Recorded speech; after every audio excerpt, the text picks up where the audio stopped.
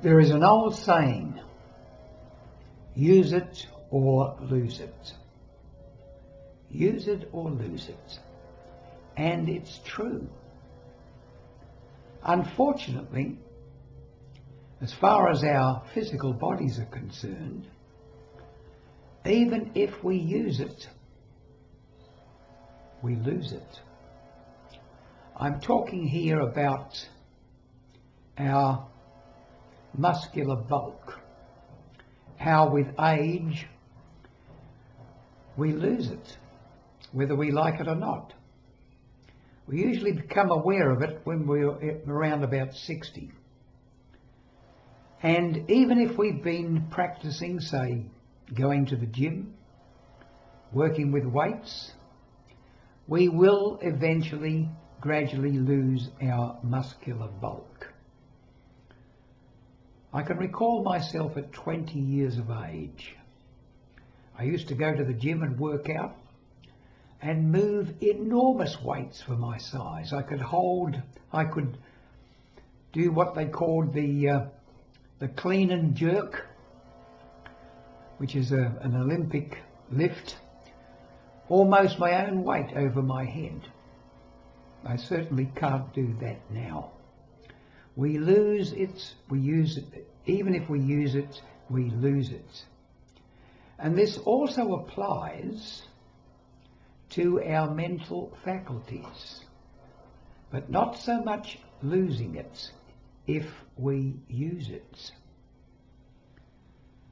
Now, a lot of people realise that their speed of recall gets slower as we get older. It doesn't mean we're losing our mind, it doesn't mean we're losing our memory.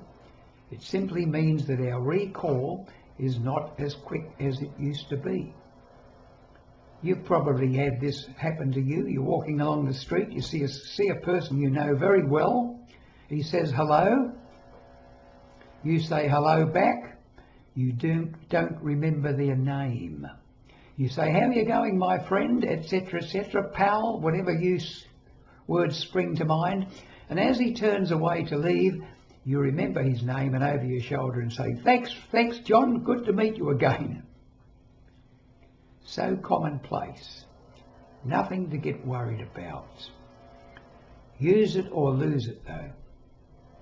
What do you do to keep your mind sharp in old age? You might do various crossword puzzles. You might do all various things to keep the mind sharp. But unless you're really motivated to do so, you probably won't. We need some motivation to keep us wanting to keep our mind sharp, feeling it's imperative that we do so. Now, one of the ways we can do this, and it's something you mightn't have heard of before, is to use your non-dominant hand more often. We all have a dominant hand. With most of us, it's the right one. We clean our teeth with our right hand. We pull our shoes on with our right hand, etc. And so it goes on. And certainly, we do our handwriting with our right hand, assuming our right hand is our dominant hand. We can do something completely new here. And because we know that neuroplasticity does exist and we can learn new things, try doing things with your non-dominant hand. One of the first things to do is to try handwriting. Try to write a simple sentence with your non-dominant hand and see how you go. You probably won't be able to do it. If you practice though, if you keep practicing and keep it up for a while, you will find that gradually, very gradually, you can. So what are you doing here? You're forming new pathways in your brain. new neural connections. But there's something even better here.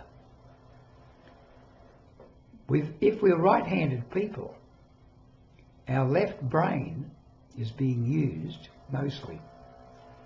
Our our right brain, which is our most creative side, is not being used. Once you start using your left hand, though, you will find you are opening up your creativity. Ideas flow to you more easily. And if you practice drawing, you'll find that your left hand, your non-dominant hand, will come up with more detail than the hand you've been using all your life. In other words, you're becoming a more balanced person. Most of us are certainly not balanced when it comes to our mind-brain functions. If we work with our non-dominant hand, and we're motivated to do so because we want to become more creative, more productive, more useful in the world at large, then we will knuckle down and do it. Practice doing things with your non-dominant hand for a change. Get out of the habit of always doing it the same way. Try something different. Try something different, and before you know it, you will be different. You'll be looking at the world in a new way, with new positivity, with new joy, with new satisfaction. It's worth the effort. It really is. I know. I've been into it for many years now, and I think it's one of the things which is keeping me young for my age.